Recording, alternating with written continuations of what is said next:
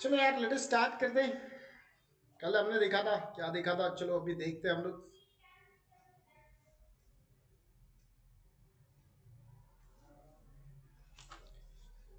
चलो welcome to केडियो commerce classes.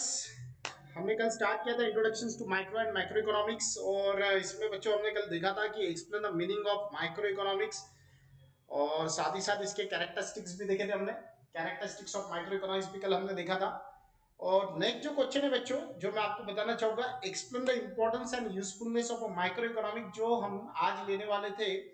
But kind your information, आपको एक चीज बता दूं कि ये जो क्वेश्चन है, आप यहाँ पे देखो, ये आठ लिखे हुआ है मैंने आगे।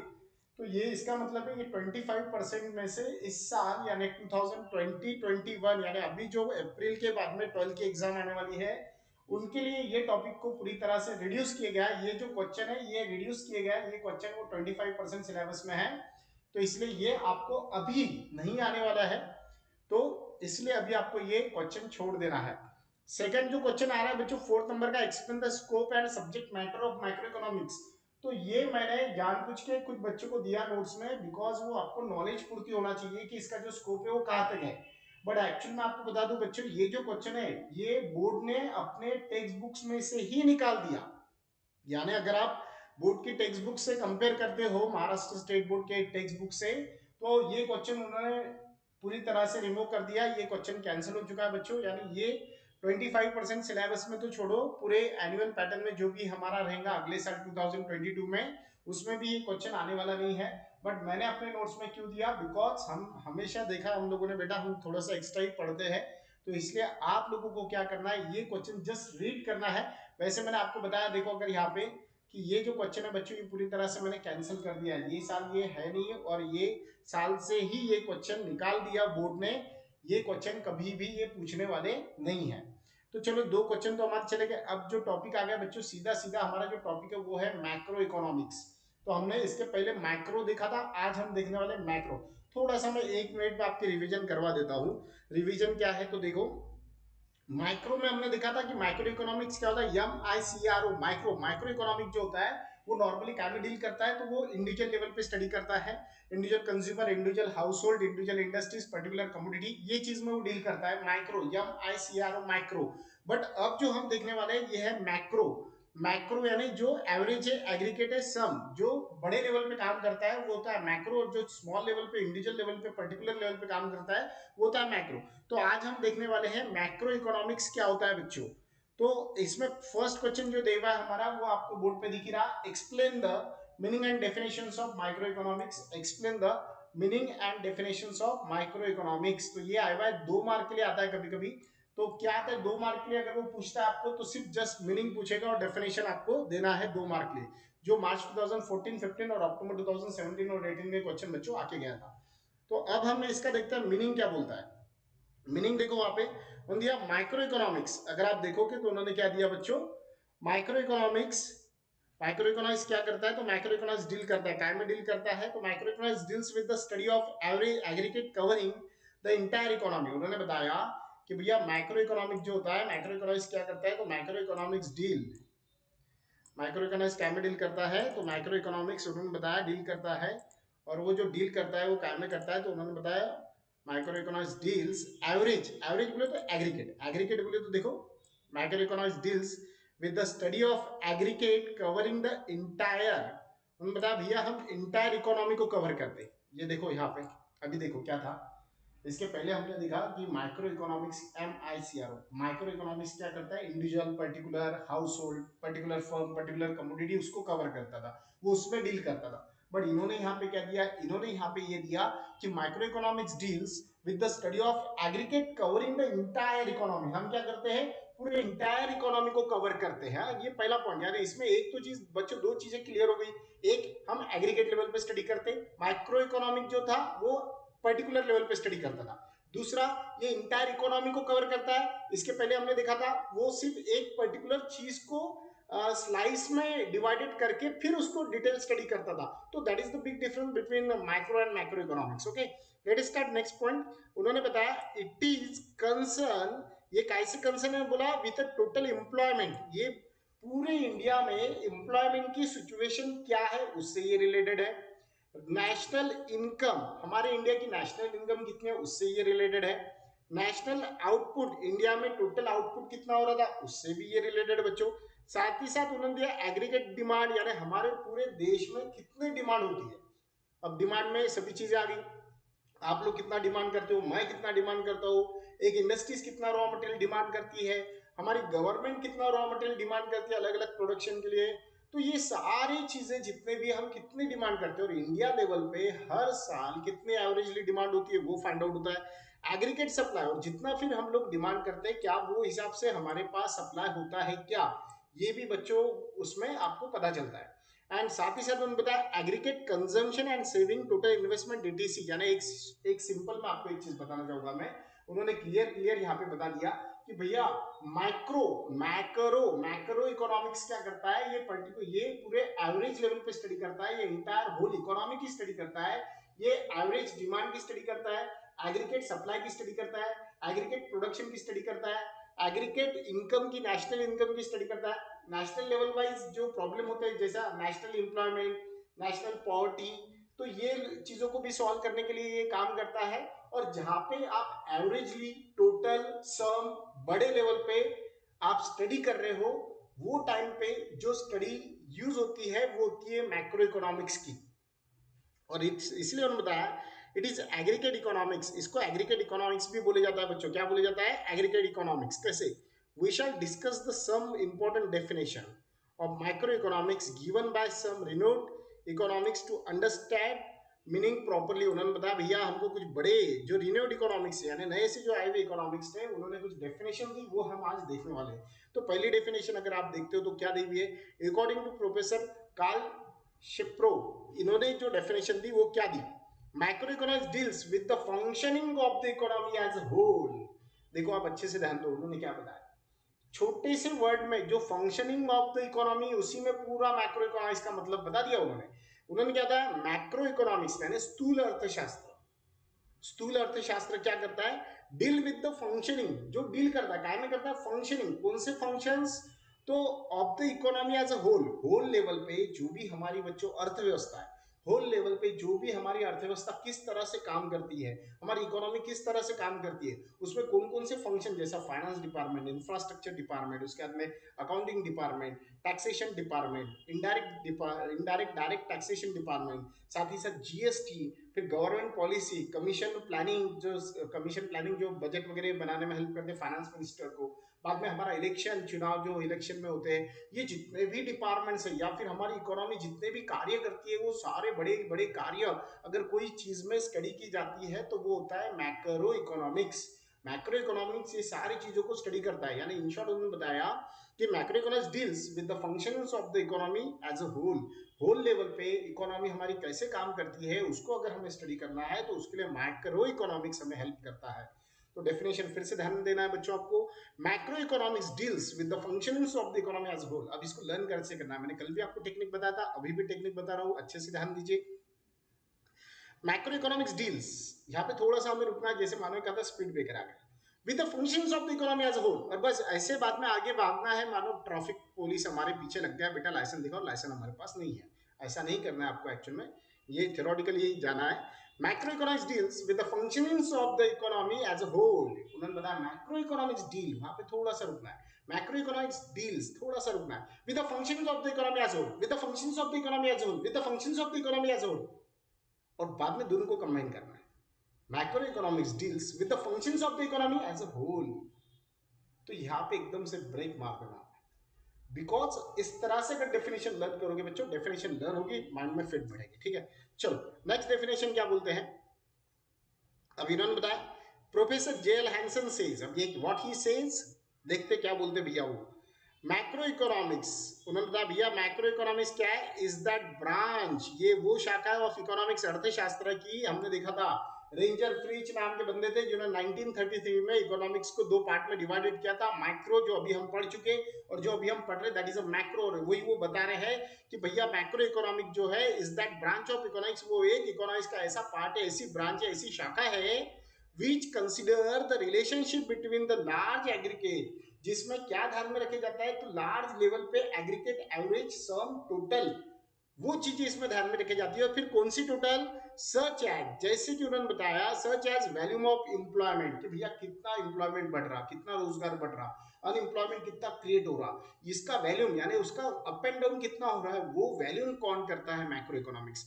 टोटल अमाउंट ऑफ सेविंग, लोग कितना पैसा सेविंग कर रहे हैं बैंकों में अपने घर पे, कितना पैसा उलाढाल कम हो गया, वो सेविंग कितनी हो गई, वो कम वो कौन करता है। इन्वेस्टमेंट, कितने लोगों ने कहाँ का पैसा इन्वेस्ट किया, शेयर में किया, बॉन्ड में किया, म्यूचुअल फंड में किया, डिबेंचर्स में किया, या फिर प्लॉट में लिया, लैंड में लिया, गोल्ड में किया, कहाँ का पैसा लोगों ने इन्वेस्ट किया, और इंडिया लेवल ने कितना इन्वेस्ट किया। आप देखो ना, हर साल अगर आप देखते हो बच्चों, धनतेरस या हमारी जो दिवाली होती है, वो टाइम पे है ना, पेपर में आता है कि इस दिन 1 करोड़ का गोल्ड, इतना इतना यहाँ पे गोल्ड सेल हुआ एक पर्टिकुलर सिटी का। और नेशन वाइज अगर देखे जाए तो उसका भी एक फिगर आती है बाहर कि इंडिया लेवल पे इतने करोड़ का सोना परचेस किया गया। तो ये कैसे आता, तो ये कहां से आया, तो ये जो फिगर्स फाइंड आउट किए जाती है बच्चों, ये होते हैं, इसके लिए जो इकोनॉमिक्स यूज होता है वो होता है मैक्रो, MACRO, मैक्रो इकोनॉमिक्स का इस्तेमाल किया जाता। और तब कहां पे हम नेशनल वाइज एक फिगर बता सकते हैं, भैया हमारे नेशन में अभी जैसा देखो ना, हमारे नेशन में इतने सारे कोविड पेशेंट निकले थे बच्चों, तो ये कहां से पता चला, मैक्रो इकोनॉमिक्स। मैक्रो इकोनॉमिक्स की वजह से जितने भी मीडिया न्यूज चैनल्स होते थे, ये आपको डेली फिगर बताते थे कि आज इंडिया में इतने पेशेंट निकले। अभी भी अमेरिका, जापान, USA, ब्रिटेन, जितने भी ये कंट्रीज है, उसके पेशेंट के फिगर्स हमें डेली पता चलते हैं। हाउ कैन बी पॉसिबल, तो ये पॉसिबल होता है मैक्रो इकोनॉमिक्स से, क्योंकि मैक्रो इकोनॉमिक्स क्या करता है, एवरेज लेवल पे स्टडी करता है। मैक्रो इकोनॉमिक्स कौन से लेवल पे स्टडी करता है, एग्रीगेट लेवल पे स्टडी करता है, लमसम लेवल पे स्टडी करता है, टोटल लेवल पे स्टडी करता है। और जहां पे बड़े लेवल पे बच्चों स्टडी आती है, वहां पे मैक्रो इकोनॉमिक्स का यूज होता है। और इसलिए उन्होंने बताया इन्वेस्ट नेशनल इनकम ETC, कि भैया इंडिया की इनकम कितनी है वो भी अगर आपको काउंट करना है, तो ये सबके लिए उन्होंने बताया मैक्रो इकोनॉमिक्स का यूज होता है। तो फिर डेफिनेशन ये भी लर्न कैसे करेंगे सर हम, तो चलो देखते हैं। उन्होंने बताया macro economics is that branch of economics, ये तो आपको पहले से बताया भैया, macro economics is that branch of the economics, macro economics is that branch of the economics, macro economics is that branch of the economics. ये तो ऐसे ही लर्न करना है, उसमें कोई ये नहीं। बाद में वीच पे थोड़ा सा ब्रेक दबाना है हमें हमारे गाड़ी का। Which consider the relationship between large aggregate such as the value of employment, total amount of saving, investment, national income. ऐसे लर्न करना है बच्चों आपको, तो ही लर्न होगी डेफिनेशन। थोड़ा तकलीफ जाएगी नो डाउट, बट 1-2 बार करोगे ना तो फिर सोचोगे नहीं, डायरेक्ट बोल दोगे डेफिनेशन। कैसे लर्न करना है फिर से बताता हूं। Macroeconomics is that branch of the economics which consider the relationship between large aggregates such as the volume of employment, total amount of saving, investment, national income। इस तरह से अगर आप बोलोगे तो डेफिनेशन लर्न होगी बच्चों। इस तरह से अगर लर्न करना है तो ये डेफिनेशन आपको याद रहेगी। बिकॉज एक बता दूं आपको, बहुत से बच्चे बोलते हैं सर मन से लिखा तो चलता गया। बच्चों थ्योरेटिकल सब्जेक्ट है, आप आपके कुछ चीजें मन से लिख सकते हो, बट अगर आपने डेफिनेशन में थोड़ा भी पॉइंट आगे पीछे कर दिया, तो सामने वाले ने जितना भी उस पर रिसर्च किया था, जितनी भी बुक्स उसने लिखी थी, वो सबकी सब बुक की समरी यानी डेफिनेशन होती है, यानी वो डेफिनेशन इंडिकेट करती है पूरा उसका रिसर्च। और अगर उसमें आप चेंजेस कर रहे हो तो उसके रिसर्च पे आप चेंजेस कर रहे हो। तो इसलिए डेफिनेशन में एक पॉइंट एक वर्ड भी आगे पीछे नहीं चलता, एज इट इज चाहिए। इसलिए मैं डेफिनेशन लर्न करने की आपको टेक्निक बता रहा हूँ जो आपको फॉलो करना है, ठीक है। चलो आगे, नेक्स्ट ये था मीनिंग बच्चों। अब देखते हैं हम मैक्रो इकोनॉमिक्स के फीचर क्या भैया, ठीक है। अब फीचर्स क्या क्या है, पहला फीचर क्या बोलता है देखो। अब ये क्वेश्चन जो था बच्चों ये आया था, कभी 3 मार्क के लिए पूछा जाता था, कभी 4 मार्क के लिए। अब आप बोलोगे सर ऐसा क्यों, तो बेटा अलग अलग टाइप के आपको क्वेश्चंस के लेवल वेटेज के हिसाब से पूछे जाते हैं, वो हिसाब से पूछा गया था। जैसा मार्च 2015, 17 और 18 में भी आया था, और अक्टूबर 2014, 15 में भी ये क्वेश्चन आया था। तो बेटा इंपॉर्टेंट क्वेश्चन है।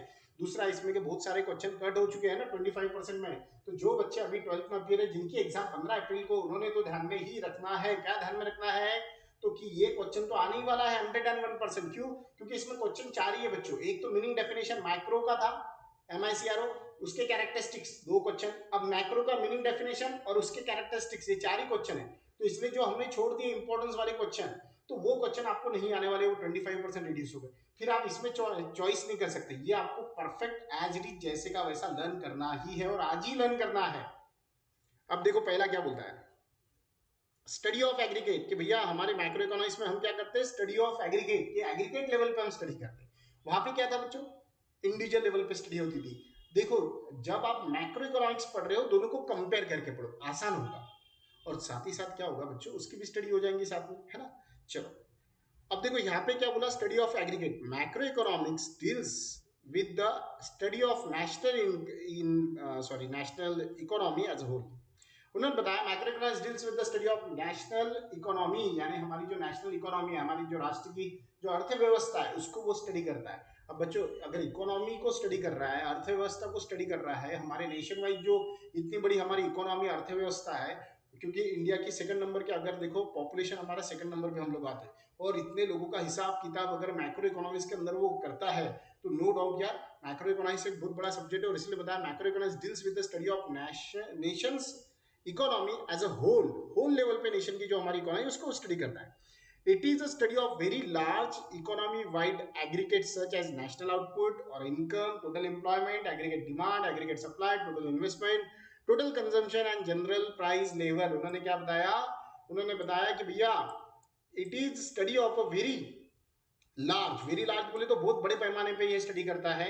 अब वो क्या करता है, जैसा कि इकोनॉमी, अब इकोनॉमी हमारी जो अर्थव्यवस्था है, ये इंडिया की अर्थव्यवस्था हम स्टडी कर रहे हैं, वो साथ ही साथ वाइड जैसे कि aggregate such as national output, हमारे इंडिया में कितना आउटपुट डेली प्रोडक्शन होता है या साल का कितना आउटपुट हमारे यहाँ पे प्रोडक्शन होता है, और इनकम या फिर हमारे इंडिया की नेशनल इनकम कितनी है वो फाइंड आउट होता है। टोटल एम्प्लॉयमेंट, पूर्णता रोजगार कितना है, इंडिया में रोजगार कितना है वो स्टडी होता है। एग्रीगेट डिमांड, हमारे इंडिया में कितने लोगों ने कितनी चीजें डिमांड की वो भी इसमें हम देखे जाता है। एग्रीगेट सप्लाई, एग्रीगेट लेवल पे कितने प्रोड्यूसर्स ने, जितने मैन्युफैक्चरर है, प्रोड्यूसर है, इंडस्ट्रियलिस्ट है, उन्होंने कितना मैन्युफैक्चरिंग किया वो चीज भी बच्चों हम इसमें स्टडी करते हैं। साथ ही साथ टोटल इन्वेस्टमेंट, हम कितना इन्वेस्टमेंट कर रहे हैं। अभी जैसा मैंने बताया था आपको अलग अलग जगह पे हम लोग इन्वेस्टमेंट करते हैं, तो वो कितनी हम इन्वेस्टमेंट कर रहे हैं उसकी भी अगर स्टडी करना है तो वो भी मैक्रो इकोनॉमिक्स बताता है। अभी 2 दिन 3 दिन पहले की लोकमत न्यूज़पेपर में बच्चों एक न्यूज आई थी कि इतनी इतनी खरीदी इंडिया यानी 31 दिसंबर के पहले करेगी। तो क्यों? बिकॉज वो कुछ तो भी टैक्सेस बढ़ रहे थे या कम होने वाले थे, तो उसके वजह से क्या हुआ, एकदम से लोगों ने परचेस करना चालू किया। अभी आपको बता दूं 1 जनवरी से टू व्हीलर के रेट थोड़े से इंक्रीज होने वाले थे, तो लोगों ने 31 दिसंबर के पहले सडनली टू व्हीलर्स परचेस कर ली। तो उसका भी एक फिगर आया था कि हमारे इंडिया लेवल पे कितने तो भी लाख टू व्हीलर एकदम से सेल हो गई। तो ये जो फिगर्स आती है ये कहाँ से आती है? तो ये आती है बच्चों मैक्रो इकोनॉमिक्स के स्टडी से। एंड टोटल कंजम्पशन, भैया हमने कंजम्पशन कितना किया, किन कौन चीजों का उपभोग लिया, कौन कौन सी चीजें हमने कंज्यूम की, इसका भी हमें नॉलेज मैक्रो इकोनॉमिक्स से पता चलता है। साथ ही साथ जनरल प्राइस लेवल, अब ये टॉपिक थोड़ा सा इंपॉर्टेंट है मेरे हिसाब से, बिकॉज इसलिए है क्योंकि जनरल प्राइस लेवल यानी इंडिया में प्राइस लेवल कैसे डिसाइड होती है, तो इसके लिए भी हम मैक्रो इकोनॉमिक्स का स्टडी करते हैं। देखो माइक्रो में क्या था, एक पर्टिकुलर प्रोडक्ट की प्राइस अगर डिसाइड करना था बच्चों तो माइक्रो इकोनॉमिक्स का यूज होता, लेकिन पूरे प्राइस लेवल यानी सारे कमोडिटी, चाहे फिर इलेक्ट्रॉनिक आइटम्स हो, कॉस्मेटिक हो, कटलरी हो, स्टेशनरी हो, सैनिटरी हो, ग्लोसरी हो, सारे कोई भी प्रोडक्ट्स, ये सभी प्रोडक्ट की प्राइजेस एक साथ कैसे डिसाइड होती है, तो उसको बोलते हैं प्राइस लेवल। और इतनी बड़ी प्राइस लेवल भी मैक्रो इकोनॉमिक्स क्या करता है, स्टडी करता है। अब आगे देखो, नेक्स्ट जो पॉइंट दिया बच्चों ने दिया लंपिंग मेथड। लंपिंग, उसमें स्लाइसिंग मेथड यूज करता था वो, यानी एक एक चीज का पार्ट करता था और उसको स्टडी करता है। यहाँ पे लमसम यूज करता है। लमसम बोले तो एक साथ आन दो, वन स्ट्रोक में, समझा क्या? यहाँ पे क्या होता है, वन स्ट्रोक में डायरेक्टली यूज होता है, वहां पे वन स्ट्रोक में यूज नहीं होता था। Is that clear? आगे देखो,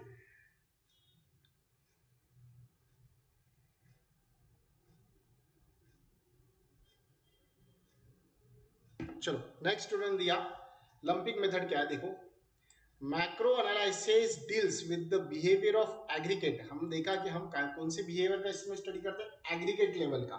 फिर एग्रीगेट में क्या था, that is total value of economic variable. उन्होंने बताया कि जिसमें इकोनॉमिक वेरिएबल आर्थिक घटक, अब आर्थिक घटक यानी इकोनॉमिक वेरिएबल कौन से आते हैं बच्चों, related to whole economy. Economy से जितने भी फैक्टर्स रिलेटेड हो गए वो सारे के सारे फैक्टर्स हम मैक्रो इकोनॉमिक्स के अंदर क्या करते हैं बच्चों, स्टडी करते हैं। It uses the method of lumping. इसके अंदर हम कौन सी मेथड यूज करते हैं, लंपिंग मेथड। लंपिंग बोले तो लमसम लेवल पे, अब जिसको होलसेल इकट्ठा बोलते हैं ना हम लोग, वन स्ट्रोक में डंप एकदम से करते। या देखो ना बच्चों मार्केट में, अभी आपको एक छोटा सा एग्जांपल दे रहा हूं जो कि इससे मैच नहीं होता है, बट मैं फिर भी आपको समझने के लिए बता रहा हूं लंपिंग का।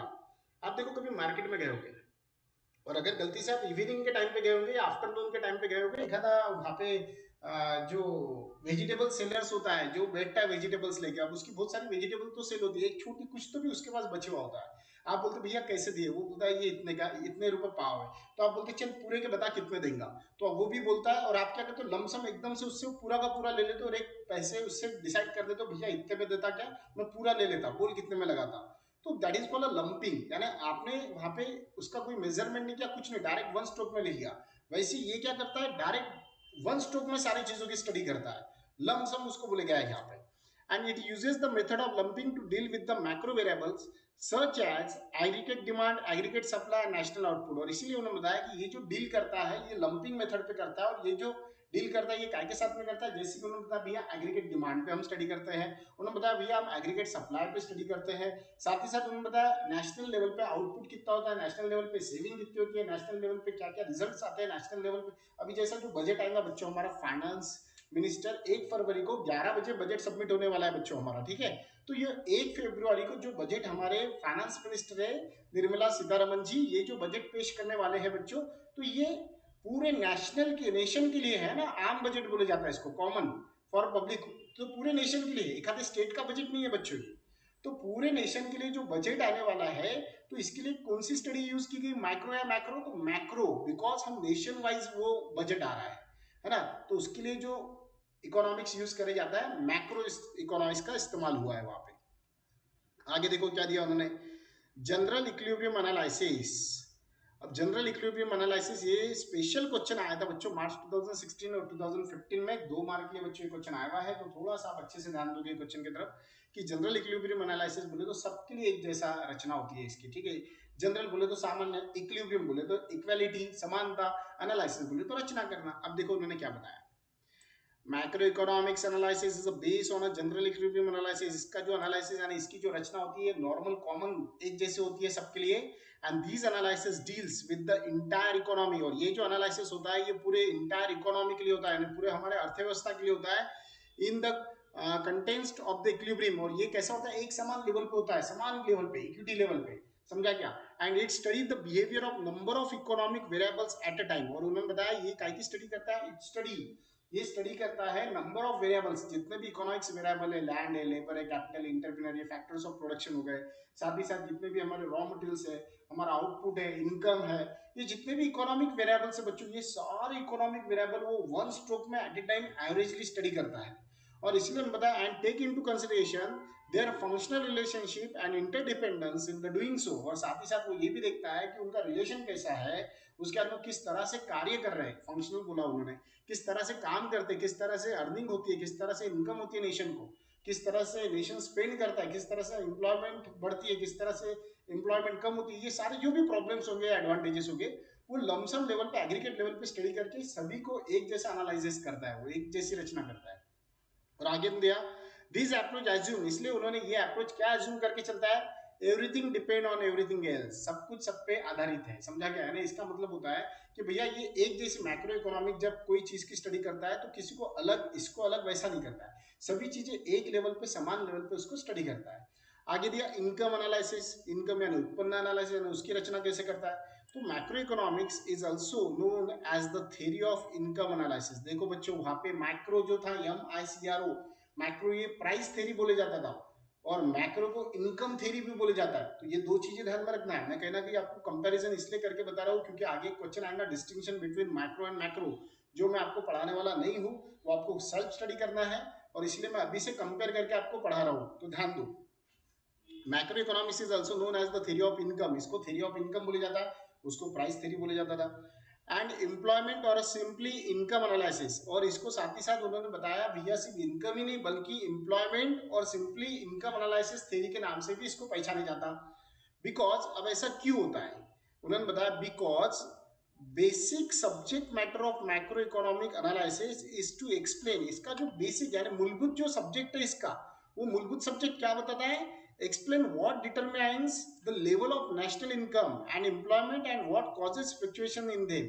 वो बताता है, ये डिटरमाइंस बोले तो निर्धारित करना, कोई चीज को डिसाइड करना, वो बताता है कि ऐसे कौन से कारण से जो हमारे नेशनल इनकम या एम्प्लॉयमेंट या जो इसमें फंक्शन हो रहा है उसकी लेवल कम ज्यादा क्यों कर रहा है। जैसा फॉर एग्जांपल अनएम्प्लॉयमेंट बढ़ रही, क्यों बढ़ रही, इनकम कम हो रही, जैसे अभी हमारी इनकम कम हो गई थी, नेशन की इनकम हमारी एकदम से जीडीपी हमारा माइनस में गया था, क्यों गया था, बिकॉज कोरोना आया हुआ है। तो ऐसे कौन कौन से कारण थे, बिजनेस बंद थे, डीलिंग बंद था, ट्रांजेक्शन बंद थे, लोगों ने परचेसिंग कम कर दिया, तो ये सारे रीजन वो क्या करता है, फाइंड आउट करता है और आपको बताता है, क्लियर पिक्चर देता है, आपके सामने एक पिक्चर प्रेजेंट करता है कि भैया ये कॉजेस है, इसकी वजह से ऐसा हो रहा, और फिर वो कॉजेस को ध्यान में रखते हुए आप क्या कर सकते हो, एक बड़ी फ्यूचर प्लानिंग कर सकते हो और उसको फोरकास्ट कर सकते हो अच्छे से। और वही ये बताता है एंड फर्दर, और इसके अलावा it explain the growth of national income over a long period of time. साथ ही साथ मैक्रो इकोनॉमिक्स हमें बताता है कि आगे तक हम हमारी इनकम को किस तरह से ग्रो कर सकते हैं। समझा क्या ग्रो बोला, सिर्फ कांस्टेंट नहीं, किस तरह से हम ग्रो कर सकते हैं, हमारी नेशनल इनकम किस तरह से बढ़ सकती है, उसको भी ये एक्सप्लेन करता है। मैंने पहले प्रॉब्लम फाइंड आउट करता, वो प्रॉब्लम कहां से आए, क्या कॉजेस थे, ये फाइंड आउट करवाता, फिर वो कॉजेस को किस तरह से हम ओवरकम कर सकते हैं या फिर उसको कैसे सॉल्व कर सकते हैं, ये भी बताता है। और ये भी बताता है साथ ही साथ कि फ्यूचर में हम आगे कैसे बढ़ पाएंगे, ये भी वो हमें बताता है।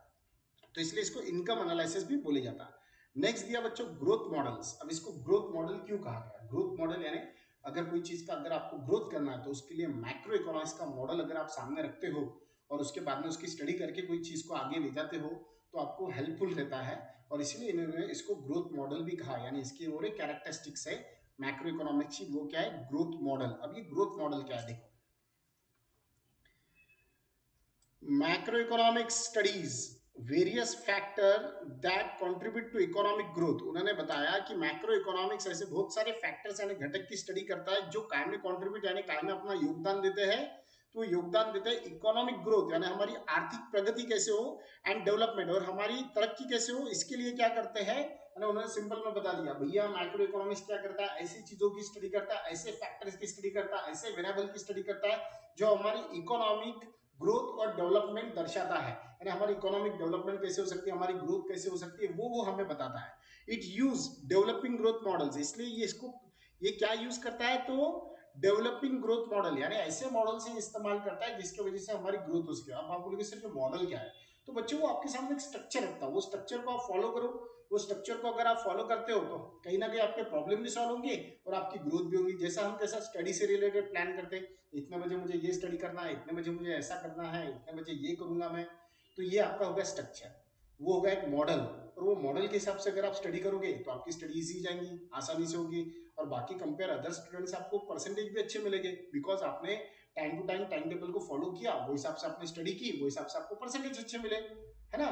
तो वैसे ही ये जो मैक्रो इकोनॉमिक्स होता है ये क्या करता है बच्चों, एक आपको स्ट्रक्चर देता है स्टडी करते हुए कि ये ऐसा क्या कॉजेस है, क्या प्रॉब्लम्स है, ये कैसे सॉल्व हो सकते हैं, कैसे नहीं करना चाहिए, अब इसको सॉल्व करके कैसे हम आगे बढ़ सकते हैं, ये एक स्ट्रक्चर होता है इसका। और वो स्ट्रक्चर को अगर आप फॉलो करते गए यानी उसकी स्टडी में जो जो बताया हुआ वो चीज को अगर जैसे जैसे उसमें बताया वैसे वैसे अगर आप काम करते हो तो 100% कहना चाहिए आपकी ग्रोथ होती है। और इसीलिए मैक्रो इकोनॉमिक्स के जितने भी मॉडल्स है इसको ग्रोथ मॉडल भी बोले जाता है। आगे आगे साथ ही साथ दिया for example Mahalanobis growth model emphasis on the basis heavy industries. आपको बता दूं बच्चों महालनोबिस कौन है, तो पीसी महालनोबिस, इनका जो नाम है वो है पीसी महालनोबिस। और आई थिंक मुझे जहां तक नॉलेज है केरला से आते बच्चों, और इनको बच्चों नोबेल प्राइज मिले हुआ है, काइंड ऑफ इन्फॉर्मेशन, ये नोबेल प्राइज अवार्डेड है। और इन्होंने जो इकोनॉमिक्स बताया, आप जब बीकॉम फर्स्ट ईयर में जाओगे उनको ये इकोनॉमिक्स में है, तो बच्चों नो डाउट इन्होंने जो इकोनॉमिक्स बताया ये बहुत ज्यादा अलग बताया और इन्होंने प्रैक्टिकली बताया और इन्होंने इकोनॉमिक्स में जो चीजें बताई इसीलिए इनको इकोनॉमिक्स के लिए बच्चों नोबेल प्राइज मिले हुआ है। ओके, पीसी महालनोबिस बोले जाता है, आई थिंक ये केरला से है, आई थिंक सो है, आई थिंक उनको दो डॉटर्स है, आई डोंट नो, बट मेरा जो नॉलेज जितना है मैं उस पे से आपको बता रहा हूँ। चलो आगे, तो महालनोबिस का जो मॉडल था बच्चों ग्रोथ मॉडल, वो बहुत ज्यादा पावरफुल था और वो सब तरफ अप्लाई भी हुआ, लोगों ने उसको अप्लाई किया और यही भी कुछ कारण था जिसकी वजह से उनको अवार्ड, नेशनल अवार्ड मिले, सॉरी नोबेल प्राइज मिला था। ठीक है, अब पॉलिसी ओरिएंटेड, तो ये कैसे ओरिएंटेड है मैक्रो इकोनॉमिक्स, कोई भी चीज की स्टडी करता है या नहीं, आप उसके साथ वो पॉलिसी ओरिएंटेड है, जो आपका उद्देश्य होगा, जो धोरण होगा उससे ही रिलेटेड वो क्या करता है, स्टडी करता है। अब इसीलिए इसको पॉलिसी ओरिएंटेड भी बोले जाता है। देखते हैं हम आगे क्या देखा है। मैक्रो इकोनॉमिक्स स्थूल अर्थशास्त्र अकॉर्डिंग टू केन्स, अब केन्स के मुताबिक is a policy oriented science. जो मानवोपंथ हमारे केन्स है जो बहुत बड़े इकोनॉमिक्स थे, इन्होंने बताया भैया मेरे अकॉर्डिंग, मेरे कहने के मुताबिक मैक्रो इकोनॉमिक जो है उसको पॉलिसी ओरिएंटेड भी कहा जाता। कैसे कहा जाता वो देखते हैं। बिकॉज मैक्रो इकोनॉमिक्स एनालिसिस, क्योंकि उन्होंने बताया जो स्थूल अर्थशास्त्र एनालिसिस हेल्प, जो हमें मदद करता है, काय में करता है, इन फॉर्मुलेटिंग सुटेबल इकोनॉमिक पॉलिसी, कि हम एक अच्छी आर्थिक नियोजन यानी एक आर्थिक यानी इकोनॉमिक पॉलिसी बना सके, इकोनॉमिक प्लानिंग कर सके, काय के लिए, to promote economic growth, but obviously यार इकोनॉमिक ग्रोथ होगी इसलिए तो हम इकोनॉमिक पॉलिसी बनाते हैं। एंड टू जनरेट, साथ ही साथ क्या जनरेट होना चाहिए, एम्प्लॉयमेंट, कि भैया रोजगार भी मिलना चाहिए, टू कंट्रोल इन्फ्लेक्शन, जो हमारी तेजी बढ़ रही है वो भी कम होना चाहिए और एकदम मंदी भी नहीं होना चाहिए, डिफ्लेक्शन भी नहीं होना चाहिए। To pull the economy out of depression, और अभी जो हमारी इकोनॉमी अर्थव्यवस्था डिप्रेशन में गई हुई है यानी नीचे आई हुई है, उसको किस तरह से आगे लेके जाए, ये चीजों की स्टडी के लिए भी इसको पॉलिसी ओरिएंटेड बोला जाता है। अब पूरे इसका एक शॉर्टकट मीनिंग बता दूंगा। पॉलिसी ओरिएंटेड क्यों कहा गया इसको? बिकॉज इन्होंने बताया कि केन्स का मानना ये है भैया मैक्रो इकोनॉमिक्स हमें मदद करता है, में मदद करता है फॉर्मुलेटिंग सुटेबल इकोनॉमिक पॉलिसी। इसका मतलब हुआ अभी जो जब भी अभी देखो 1 फरवरी को हमारे जो निर्मला सीतारमण जी है फाइनेंस मिनिस्टर, ये क्या करने वाले, इकोनॉमिक पॉलिसी लॉन्च करने वाले, जिसको आप बजट भी बोल सकते हैं। तो बजट जो है, ये बजट होता क्या है फिर सर?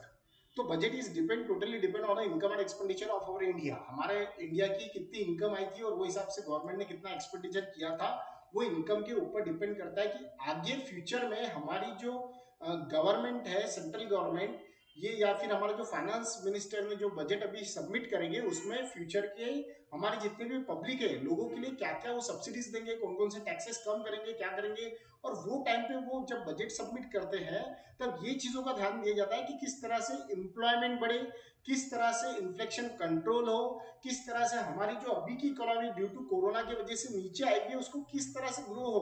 और ये सारे प्रॉब्लम के सॉल्यूशन लेके बच्चों वो लोग आ रहे हैं 1 फरवरी को। तो देखना मत भूलिएगा 1 फरवरी को 11 बजे हर वो चैनल पे आपको दिखेगा बजट, ठीक है।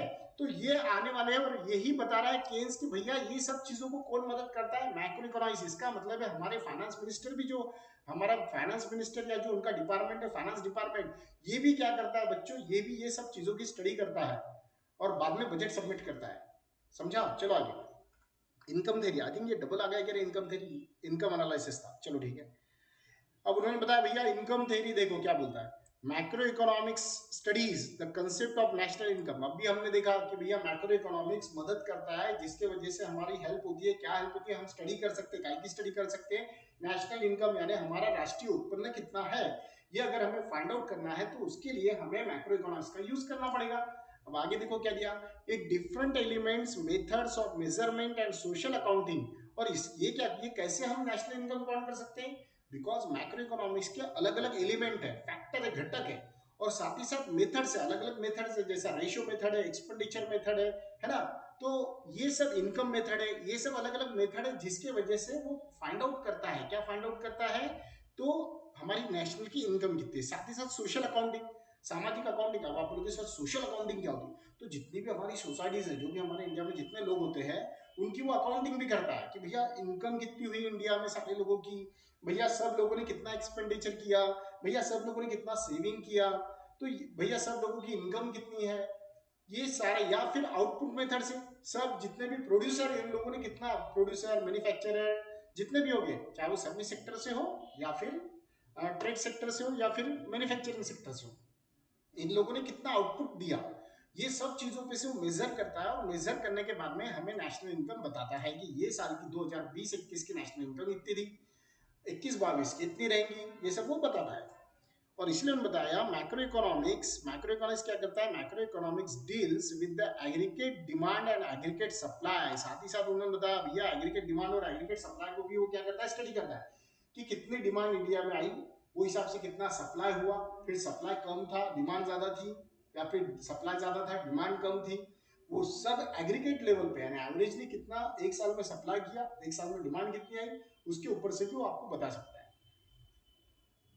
इट एक्सप्लेन, साथ ही साथ वो बताता है the causes of fluctuation in the national income that lead to business cycle, that is inflection and deflection. साथ ही साथ वो आपको ये भी बताता है बच्चों कि ऐसे कौन कौन से कारण है जिसके वजह से हमारी जो इकोनॉमी है ये कैसे हो रही थी, फ्लक्चुएशन हो रही थी, कम ज्यादा अप एंड डाउन हो रही थी। और ऐसे कौन कौन से कारण है जिसकी वजह से इन्फ्लेक्शन और डिफ्लेक्शन बढ़ रहा था, ये भी वो उसमें आपको बताता है। कौन बताता? Macro economics. ने तो बोले कि सर ये कौन बताता है, बंदा है कौन? सर आप तब से बोल रहे हो बताता है, लेकिन आपने यही नहीं बताया कौन बताता। मैक्रो इकोनॉमिक्स बताता है, ठीक है। Based on interdependence. अब ये मैक्रो इकोनॉमिक्स क्या के ऊपर डिपेंड है, तो इंटरडिपेंडेंट है। अब कैसा देखो, macro analysis takes accounts of interdependence between aggregate economic variables such as income, output, employment, investment, price level, etc.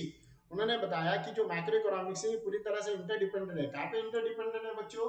तो उन्होंने बताया आउटपुट के ऊपर है, एम्प्लॉयमेंट के ऊपर है, यानी इंडिया में कितनी इनकम है, इंडिया में कितना आउटपुट है, इंडिया में कितना एम्प्लॉयमेंट रोजगार है, इंडिया में लोग कितना इन्वेस्टमेंट कर रहे हैं, इंडिया में लोग अपनी जनरल प्राइस लेवल क्या है, ये सारी चीजों के ऊपर माइक्रो इकोनॉमिक्स कहना किसी इंटरडिपेंडेंस है। और इसलिए उन्होंने बताया एग्जाम्पल, एक एग्जाम्पल दिया, इट एक्सप्लेन, कि ये हमें ये बताता है, क्या बताता है बच्चों?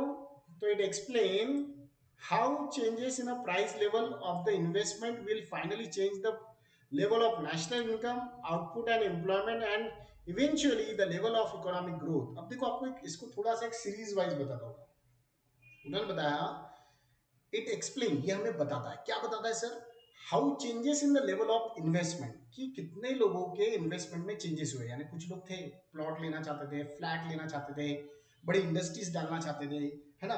तो ऐसे कितने सारे लोग हैं जिनके इन्वेस्टमेंट में चेंजेस हुआ। कुछ लोगों ने फिर प्रॉपर्टी में इन्वेस्टमेंट किया, कुछ लोगों ने बिजनेस में इन्वेस्टमेंट किया, कुछ लोगों ने इंडस्ट्रीज में इन्वेस्टमेंट किया, कुछ लोगों ने शेयर मार्केट में इन्वेस्टमेंट किया। तो अगर उन्होंने बताया changes in the level of investment, अगर ये इन्वेस्टमेंट के लेवल में चेंजेस होगा, ठीक है, अगर कुछ लोग शेयर की तरफ जा रहे थे बट वो अब काय की तरफ चले गए, प्रॉपर्टी की तरफ चले गए, ठीक है, अगर उनमें चेंजेस आया, या फिर कम ज्यादा इन्वेस्टमेंट की, पहले 1 करोड़ करने वाले थे, अब पकड़ के चलो 80,000 80 लाख या फिर 50 लाख की इन्वेस्टमेंट की। एक तो उनके रेशियो में चेंजेस आया होगा बच्चों, या फिर उन्होंने इन्वेस्टमेंट का जो जरिया था वो चेंज कर दिया, जिधर ना करके दूसरी तरफ कर दिया, ठीक है। कोई भी चीज में अगर चेंज आता है, will finally change the level of national income, जिसके वजह से हमारे नेशनल इनकम की लेवल में चेंजेस आ सकते हैं। अब आप बोलोगे सर कैसे आ सकते हैं? सिर्फ नेशनल लेवल की इनकम में चेंजेस नहीं आएंगे, बल्कि आउटपुट में भी चेंजेस आएंगे, एम्प्लॉयमेंट में भी चेंज आएगा, और कहीं ना कहीं हमारी इकोनॉमिक ग्रोथ में भी चेंज आएगा। अब देखो कैसा, फॉर एग्जाम्पल आप पकड़ के चलो कि यहाँ पे हमारे इंडिया में कुछ लोगों ने सोच लिया कि बड़े बड़े बिजनेस इंडस्ट्रीज हमें शुरू करना है। अब बच्चों अगर वो इंडस्ट्री शुरू कर रहे हैं तो अकेला इंसान इंडस्ट्रीज मैनेज कर सकता क्या? नहीं कर सकता। फिर इसके लिए हमें क्या लगेगा? मैन पावर, मशीनरीज लगेगी, मैन पावर लगेगी। अब मैन पावर लगेगा हमें, फिर हमें कितने सारे इंडस्ट्रीज में लेबर्स लगेंगे, मैनेजर्स लगेंगे, अकाउंटेंट्स लगेंगे, सीएस लगेंगे, सीए लगेगा, है ना? कितने सारे लोग लगेंगे। अब फिर इसका मतलब क्या हुआ? अगर हम वो लोगों को रख रहे हैं हमारे कंपनी में, हमारे इंडस्ट्रीज में, तो हमने उनको क्या दिया बच्चों? जॉब दिया। जॉब दिया तो क्या हो गया? यानी अगर हम बिजनेस में इन्वेस्टमेंट कर रहे हैं, इंडस्ट्रीज में इन्वेस्टमेंट कर रहे हैं, तो कहीं ना कहीं हम लोगों को एम्प्लॉयमेंट क्रिएट करके दे रहे हैं। तो हो गया ना एम्प्लॉयमेंट के लेवल में चेंज? यस, पहला टॉपिक। सेकंड, अब उन्होंने बताया कि भैया finally changes the level of national income. National income कैसे बढ़ेगी? अगर मैं कमा रहा हूं, वेरी गुड, लेकिन अगर मैं ऐसा बिजनेस कर रहा हूं कि मेरे साथ में मैंने 10 लोगों को जॉब दिया और वो लोग भी कमा रहे हैं, तो पर पर्सन अगर कमाता है बच्चों तो नेशन की इनकम बढ़ती है, और पर पर्सन अगर नहीं कमाता है तो नेशन की इनकम कम होती है। और इसलिए तो हमने देखा जितनी नेशनल इनकम होती है उससे अगर इंडिया के पॉपुलेशन से हम डिवाइडेड कर रहे हैं, पर कैपिटा इनकम मिलती है। What is the meaning of per capita income? The meaning of per capita income, it means the total national income divided by the population of that nation. So that is called per capita income. और फिर ऐसे में अगर एक आधा person कम ज्यादा कमा रहा तो कहीं ना कहीं हमारी नेशन की इनकम जो है वो कम ज्यादा हुई। तो इसलिए उन्होंने बताया कि नेशनल इनकम हमारी टोटली डिपेंड करती है एम्प्लॉयमेंट के ऊपर। अगर लोगों को रोजगार मिलेगा, नेशन की इनकम रहेगी। अब दूसरा, आउटपुट। जितनी इंडस्ट्रीज आप ओपन करोगे बच्चों, जितनी इंडस्ट्रीज में आप लोग इन्वेस्टमेंट करोगे, उतनी इंडस्ट्रीज क्या करेंगी? मैन्युफैक्चरिंग करेंगी, आउटपुट करेंगी, प्रोडक्शन करेंगी, तो आउटपुट बढ़ जाएंगी। अगर आप इंडस्ट्रीज बंद करके जॉब की तरफ जा रहे हो तो व्हाट हैपन? इंडस्ट्रीज कम, आउटपुट कम। दूसरा दिया एम्प्लॉयमेंट। एम्प्लॉयमेंट तो अभी एग्जांपल दिया। तो कहीं ना कहीं फिर इकोनॉमिक ग्रोथ होगी। अगर सब लोग कमाने लग गए बच्चों, सबको रोजगार मिलेगा, तो इकोनॉमिक ट्रांजैक्शन बढ़ेगा। इकोनॉमिक ट्रांजैक्शन होगा तो लोग डायरेक्ट इनडायरेक्ट टैक्सेस पेड करेंगे। लोग डायरेक्ट इनडायरेक्ट टैक्सेस पेड करेंगे तो व्हाट हैपन? गवर्नमेंट की नेशनल इनकम, हमारे जो देश की नेशनल इनकम है, गवर्नमेंट का रेवेन्यू बढ़ेगा। गवर्नमेंट का रेवेन्यू बढ़ेगा, नेशनल इनकम बढ़ेगी। नेशनल इनकम बढ़ेगी, गवर्नमेंट क्या करेंगी? बजट पेश करेंगी और उसमें सब चीजों पे अलग अलग जगह इंफ्रास्ट्रक्चर के ऊपर पैसा खर्चा करेंगी। फिर हर जगह बुलेट ट्रेन भी चलेगी बच्चों, हर जगह मेट्रो ट्रेन भी चलेगी, और हर जगह रास्ते, रोड, पानी वगैरह सब चीजें बेस्ट और नीट और क्लीन रहेगी। बट इसके लिए क्या होना चाहिए? गवर्नमेंट के पास पैसा आना चाहिए। गवर्नमेंट के पास पैसा कब आएगा? जब हम लोग अर्निंग करेंगे, हम लोग कमाएंगे, और सिर्फ हम अकेले नहीं कमाएंगे, हम लोग ऐसा जरिया बिजनेस का चॉइस करेंगे जिसकी वजह से लोग हमारे साथ में जो कनेक्ट हो रहे हैं वो भी अर्निंग करें। अरे कहीं ना कहीं फिर हम लोग भी एम्प्लॉयमेंट जनरेट करेंगे। और ये सब बताता है हमें मैक्रो इकोनॉमिक्स, और इसलिए बेस्ड ऑन इंटरडिपेंडेंस ये उन्होंने बताया। यहाँ तक किसी को कोई प्रॉब्लम होगा तो पूछो।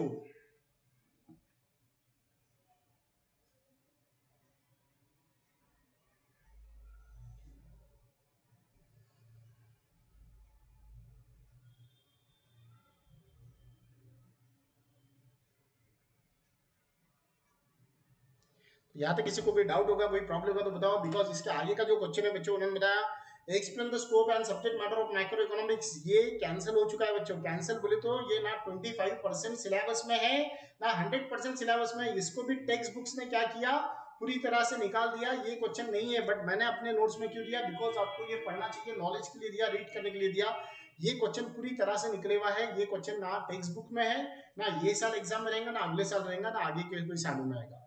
तो ये भी क्वेश्चन है। और दूसरा जो था explain the importance of macro economics, importance macro economics की महत्व क्या है, ये क्वेश्चन रिड्यूस हो चुका 25% सिलेबस में। ओके, जो 25% सिलेबस था उसमें ये क्वेश्चन बच्चों रिड्यूस हो चुका। उसके आगे दे हुआ है distinction between macro and macro economics. Distinction मैंने अभी आपको जो मैक्रो इकोनॉमिक्स बताया बच्चों, ये पूरी तरह से डिस्टिंक्शन कंपेयर करके ही बताया। तो इसमें जो दिया meaning, nature, tool, scope and importance, theory and example, तो ये सब आपको सेल्फ स्टडी करना है। और यहाँ पे आज हमारा बच्चों फर्स्ट जो चैप्टर है मैक्रो एंड मैक्रो, ये कंप्लीट हुआ। और इसके कुछ ऑब्जेक्टिव्स क्वेश्चन आपको दे हुए जो आपको सेल्फ स्टडी करना है। लेकिन ये सेल्फ स्टडी तभी आप कर पाओगे जब आप अच्छे से एक बार उसको पूरा रीड करोगे। किसको, पूरे चैप्टर को। कल भी मैंने बताया था शॉर्ट नोट्स बनाना शुरू करो, शॉर्ट नोट्स बनाना शुरू करो, डेफिनेशन पॉइंट लर्न करो, उसके बाद में उसके अंदर का मीनिंग अच्छे से समझ लो। बहुत से बच्चे मुझे बोलते हैं कि सर हमारा लर्न नहीं होता है, सर हम ट्राई करते लर्न नहीं होता है। तो बच्चों कोई भी चीज अगर आप जब रीड कर रहे हो अपने ओन लैंग्वेज में समझने की कोशिश करो कि इसका मराठी, हिंदी या जो भी आपकी पर्टिकुलर घर की लैंग्वेज होगी उसमें इसका मतलब क्या होता है। और फिर वो मतलब समझने के बाद में बच्चों आप उसको अपने हिसाब से उसको एक स्टोरी टाइप या एक वर्ड में या एक सेंटेंस में कन्वर्ट करो। और वो जो सेंटेंस आपने आपके ओन लैंग्वेज में कन्वर्ट किया, try it into convert into English, फिर वो चीज को आप इंग्लिश में कन्वर्ट करना सीखो। और जब आपको ये चीज आ जाएंगी बच्चों, गारंटी था कभी आपको लर्न करना नहीं पड़ेगा। जस्ट आपने पढ़ लिया, मतलब समझ में आ गया, आप खुद लिख सकते हो उसका मतलब क्या होता है। Okay, thank you very much, have a nice day. कल मिलेंगे इसी समय।